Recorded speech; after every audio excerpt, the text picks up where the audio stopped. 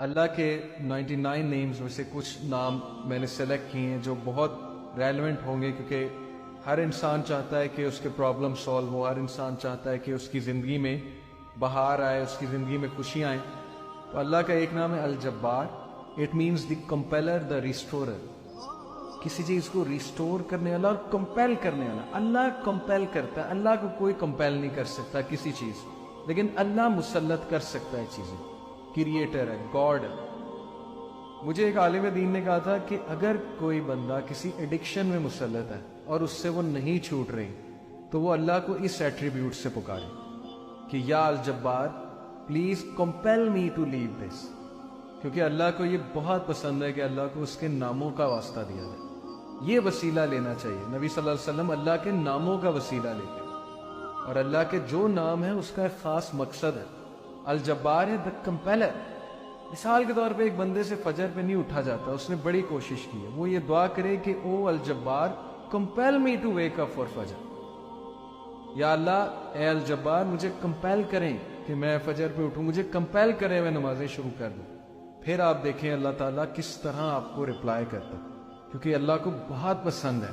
جتنا جس کے پاس اللہ کا نالج ہوگا اور اس نالج کی بیسس پہ اللہ کو پکارے گا، یہ اتنا زیادہ اللہ سبحانہ و تعالیٰ جو ہے اس بندے کی قدر کرے گا۔ اللہ کے ناموں میں بہت پاور ہے، اللہ کے سارے ایٹریبیوٹس۔ تو الجبار ہے، دا کمپیلر۔ القہار، القہار کا مطلب ہے دا ایور ڈومینیٹنگ۔ جب بندہ کسی مسئلے میں پھنسا ہو اور اس سے لگ رہا ہے کہ دوسرے اس کو ڈومینیٹ کر رہے ہیں، اسپیشلی اس کے دشمن، بزنس ڈیلنگ میں پھنسا ہوا ہے کچھ، تو پھر بندہ اللہ کو القہار کے نام سے پکارے، دا ایور ڈومینیٹنگ، کہ اللہ تو ایور ڈومینیٹنگ ہے، کبھی بھی میرے دشمن مجھ پہ ڈومینیٹ نہ کر جائیں۔ اللہ میں تیری حفاظت پکڑتا ہوں، میں القہار کی حفاظت پکڑتا ہوں۔ اللہ کو یہ دعا کتنی پسند آئے گی، اللہ تعالیٰ کو آپ کا یہ پکارنا کتنا پسند آئے گا کہ یہ بندہ میرے نام کو جانتا ہے، میرے نام کو ایکنالج کر رہا ہے، میرے ایٹریبیوٹ کو ایکنالج کر رہا ہے، اور اس نالج کی بیسس پہ مجھے پکار ہے۔ اللہ تعالیٰ کا ایک نام ہے الفتاح۔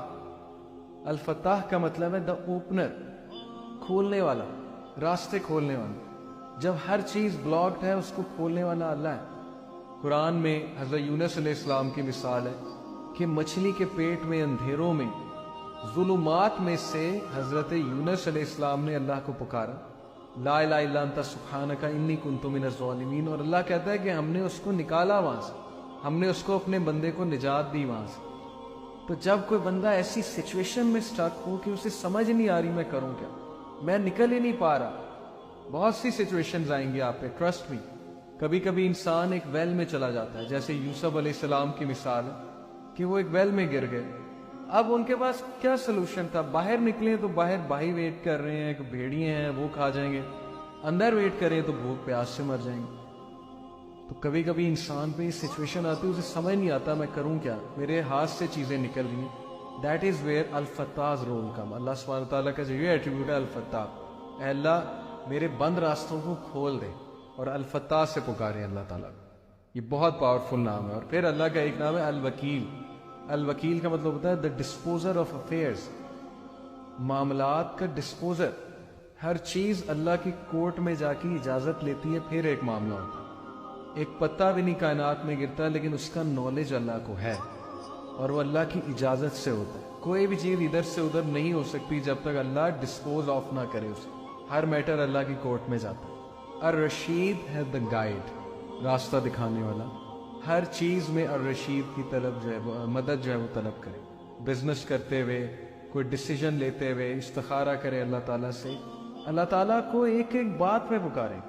صحابہ تو نبی صلی اللہ علیہ وسلم نے صحابہ کی ایسی تربیت کی تھی کہ وہ تسمہ بھی اللہ سبحانہ تعالیٰ سے باندھتے تھے، جوتی۔